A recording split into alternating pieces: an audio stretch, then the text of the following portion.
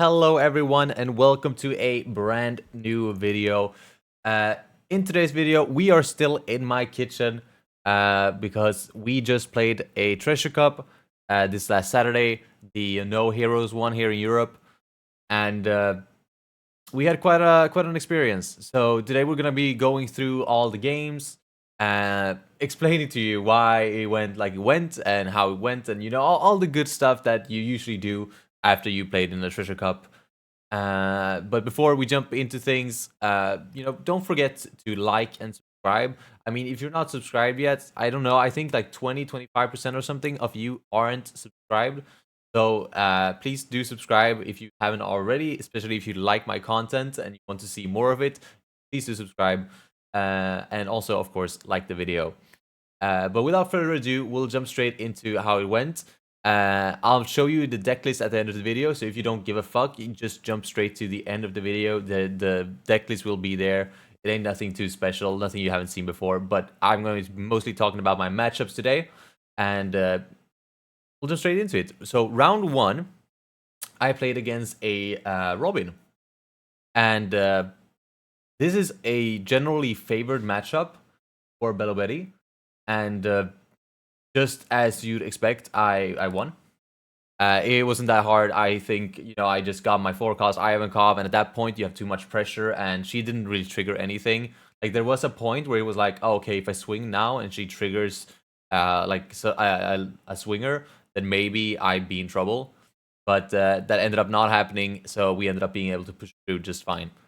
And that was round one.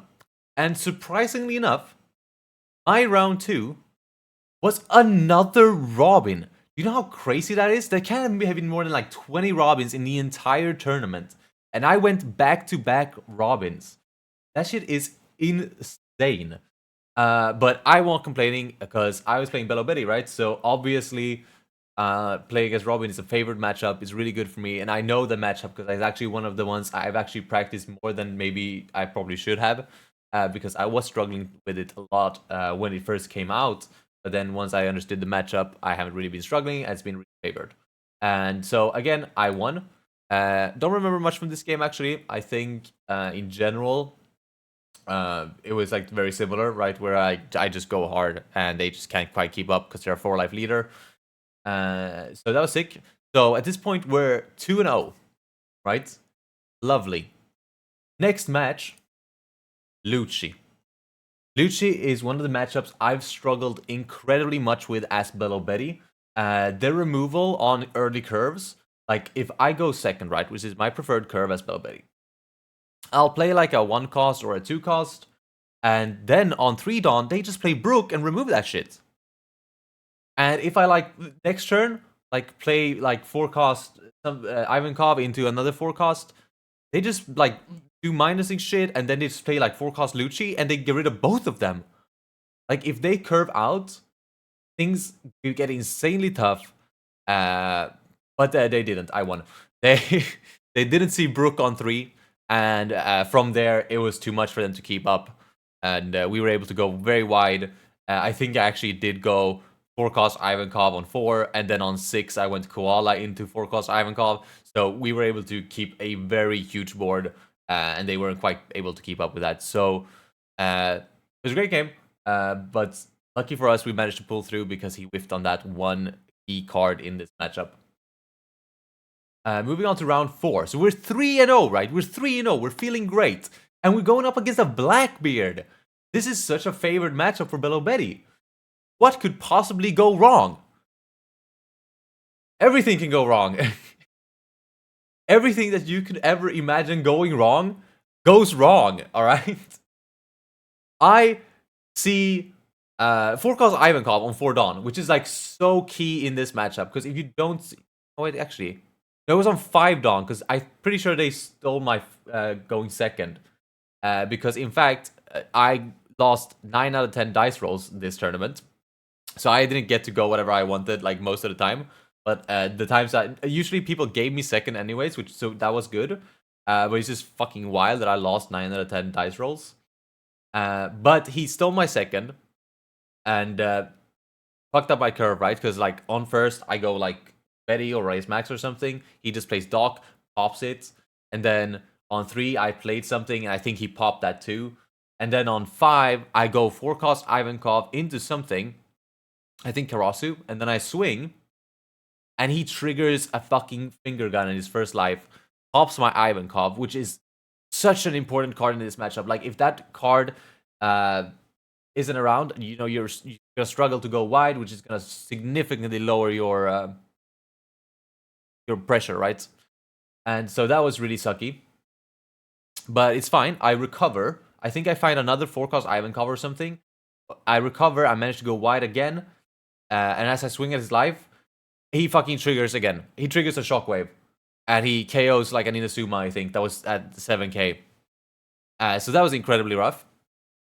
But it don't matter. I recover again. And he has 2 life. He has a Blackbeard out. He's stunned like a Lindbergh or something. I just fucking leader boost everything. I'm like, okay, it's fine. He has like 1 or 2 cards in hand. I'm like, if I connect every attack here, we're so golden. I swing. He takes the life, and in his second to last life, boom, another finger gun.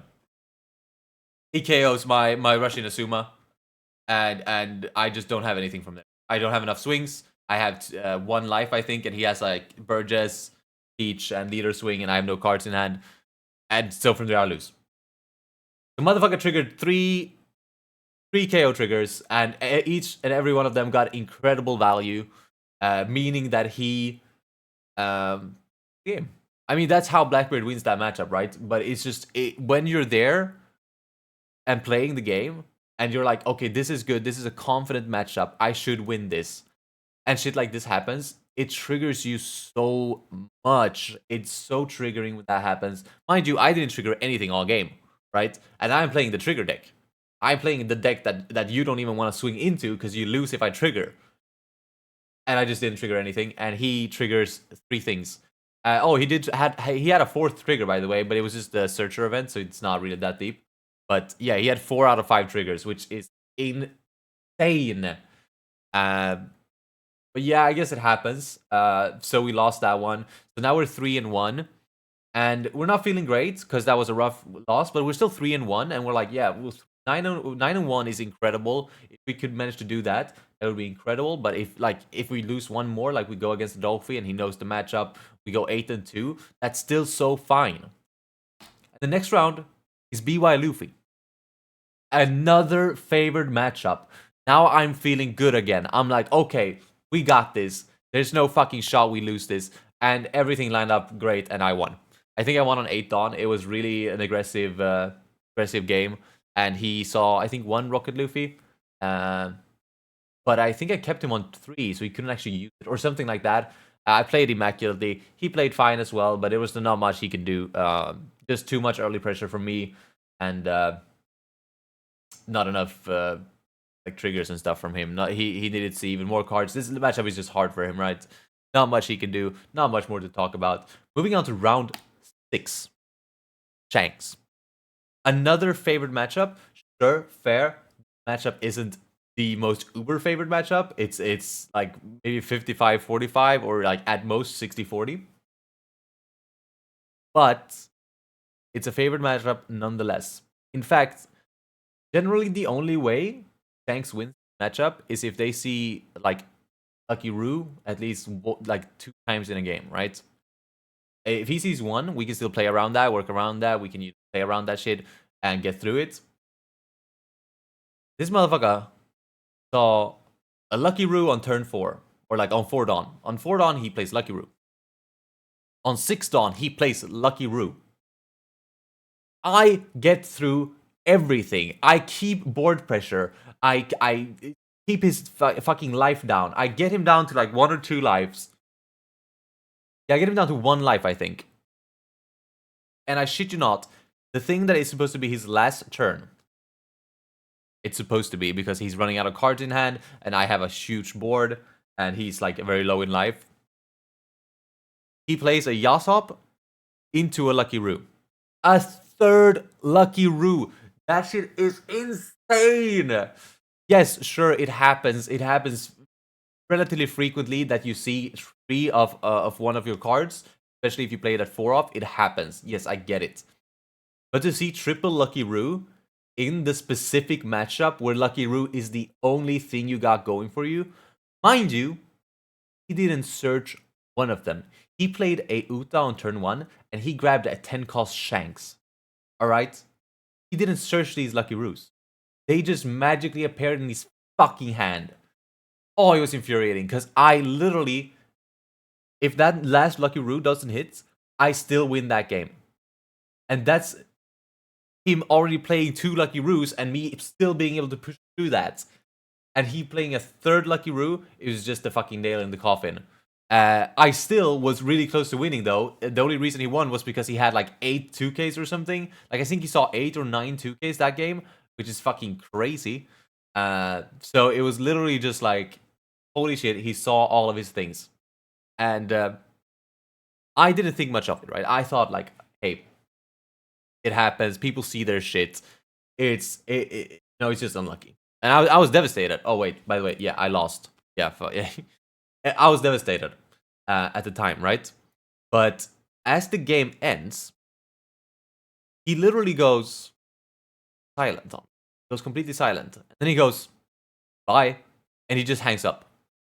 If you played in any Treasure Cup before, or any tournament at all before, it's fairly standard to like go, GG's man, good luck in your next round.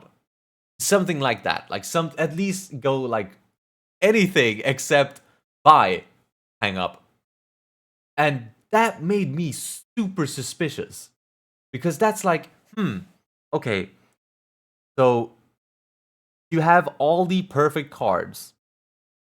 And you're not staying to talk, saying to do anything. You're like, mind you, we have time left on the round. Sure, he could have been in a rush somewhere, I guess. I don't know where the fuck he's going in the middle of a tournament, but he could have been in a rush somewhere.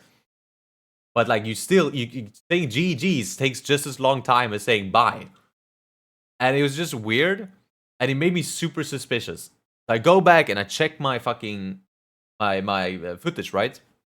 And his hand does go off camera twice in the last 2 turns. Like once right before he drops the 3rd Lucky Roo, and then once again, I think on my turn where he's like countering, or like right before he counters, or something like that. It wasn't like long; it was for like a second each, but they went off camera twice, and I didn't notice when playing him. But when after he said bye like fast like that, I got suspicious, went into the footage and checked. And so I called the judge. I was like, hey, man, I just want to get a second opinion on this. Like, what do you think? Could this have been something? Or am I just being like a salty cunt? And the judge was like, dude, they were off for like a second. You're just being a salty cunt. He didn't say that, but, you get it. And so we moved on from that. We're assuming he didn't cheat. He probably just got incredibly lucky and me unlucky. It happens. But yeah, pretty rough matchup there. Because that's supposed to be favored, but of course he saw his shit. Round number 7, we're going up against an Enel. Enel is supposed to be a favored matchup, but you need to see certain cards for you to be able to like get through it. And that card is, for my deck, it's 6 cost Koala. Because that's able to take your own life, so you can get card advantage that way while still removing threats like Gedatsu and Yamato and like making them hit or less, right? And I didn't see them. It happens. There's not much you could do about that. But basically, what he told me happened was that he had like nothing in hand. He had like shitty 2Ks, and he had like a bunch of bricks, right? But then on his like 6 dawn turn or 5 dawn turn or whatever, he top decks into the 4 cost Kusan from OP-09. The one that says like you can life something that would have like a cost of 4 or less or something, and he puts like my Ivankov or something at life, and that was really rough. And like if he hadn't topped like that, then it would I most likely win that game, but I lose in the long run. Big whoop. The matchup can get really difficult, especially if they know what they're doing. and he did know what he was doing for sure. He was starving good. He with the Aokiji, right, putting my Ivankov to life and stuff. It was rough. So GG's to him. This is the one last round. Like, okay, you played well. GG's, man. You deserve to win that. So GG's to this NL for sure. Next round was against a Bonnie. Bonnie's another favorable matchup. I don't know if you can tell. I've had only favorable matchups through this entire thing. But currently we are 4-3. All right. So we're not looking great, right? At this point, the dream is over, which is just terrible, right? That you fucking hate to hear it. But we're 4-3, and we're like, if we go 7-3, that's still a respectable placement, right? Like I can make a video and be like, hey, I got fucked a couple rounds, but we've performed well. But we go up against this Bonnie, and I do greatness. I just go bop bop bop bop bop bop bop body swing swing swing swing. Bring her down really much. She plays a carrot on like 5, which is super fucked because I had a Lindbergh out, which is a super great card in this matchup because you can deal with all their blockers and you can like remove Cavendish and Carrot if you reduce them once. But yeah, no, he froze my Lindbergh I think 4 times in that game with just the carrot. Which, you know, probably on me. I probably should have removed the carrots when I had the chance, like a fucking idiot. But I didn't. So that's fair. You know, that's my mistake, but and his gain. But I still had that game because instead of swinging at the carrot, I was applying a lot of pressure to his face. You could argue that is the correct play. And so I'm swinging at her face a bunch. And she goes down to like 1. And I'm looking great. I have like 3 bodies out. And she has no blocker. No, she has a Hawkins blocker. She has a Hawkins blocker, 1 life, and I have 3 swings. And so I swing with one of my things, and she doesn't counter because she doesn't have much cards. She uses leader effect to rest like an Ivankov, I think, and takes the damage. And mind you, I have 2 attacks left after this, and they would have been at 10k and 10k. And she was a 4k leader. And she had 1 block, and then she would have to counter out of one of them. No. Last life was a 0-cost event, and she rests my Inazuma. This is a deck that plays almost no triggers at all. In fact, this guy only played the 0-cost event, and he only played 2 copies of it. The chances of that being in your last life is disgustingly low. And unfortunately, that was enough for him to win that game. And that was terrible. It was an awful experience. Mind you, I've already lost to triple Lucky Roo. I've lost to triple triggers. You know, my life, like this here, back to back to back, right? I went Shanks, loss. Enel, loss. Donnie, loss. And now I'm 4-4, going into round 9. At this point, nothing matters. Like 6-4 maybe could get me an extra Holo Don, but basically not. This is it. It's over. There's nothing to play for. But we go against another favorable matchup in Luffy. And there's not much to say about this. We just win. And last round, we go against Smoker. And we just lose. He saw some decent curve removal, and I did not. Again, he took second from me like every other person ever. Because I lost every single dice rolls. So, that's gonna happen. It's not that deep. So yeah, that was the experience, I guess. I'll jump into my deck list and maybe we'll talk some more about it. 1 second. All right, so this here is the deck list I was running. It's pretty standard at this point. We're running like 4 offs of like almost everything. We ended up cutting Koala down to 3, so we could go 3 stage instead. This is a decision I have regretted. I love Koala. I think Koala is such a good card. At the time, I wasn't feeling it as much as I was feeling 5-cost Ivankov. But going back to it now, going down 3 here was definitely a mistake. Especially since stage just deal with bricks, right? So like if you draw too many koalas, just crash them.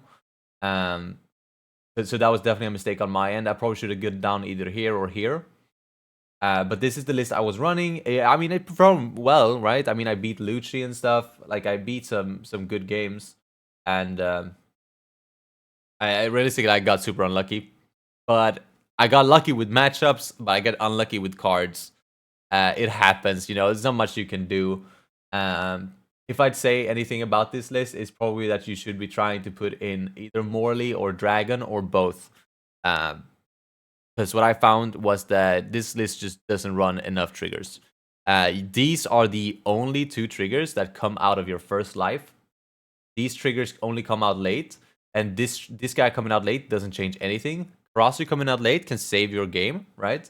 But that's super inconsistent. You can't rely on that. Whereas like getting a Morley out of your adding a Morley into the deck and having that extra chance of having something come out of your first life is going to be super powerful. Because people have kind of stopped starving you. At least what I've noticed. I think the only person who starved me today was NL, which in that matchup, you know, still just look for koala, right? And then having triggers doesn't really matter. So this was a real learning experience for me, and I'm gonna implement all of that into the 3rd Treasure Cup of the of the February Treasure Cup run. So besides that, I guess I don't have anything else to say, honestly. I'll make another video after the 3rd one, which is not next week, but the week after. So be on the lookout for that, and make sure you subscribe so that you can see it as soon as it comes out. And if you watch this far, make sure to comment something nice, you know, tell me I did good even though I did terrible. And like the video as always. And thank you so much for watching. Peace.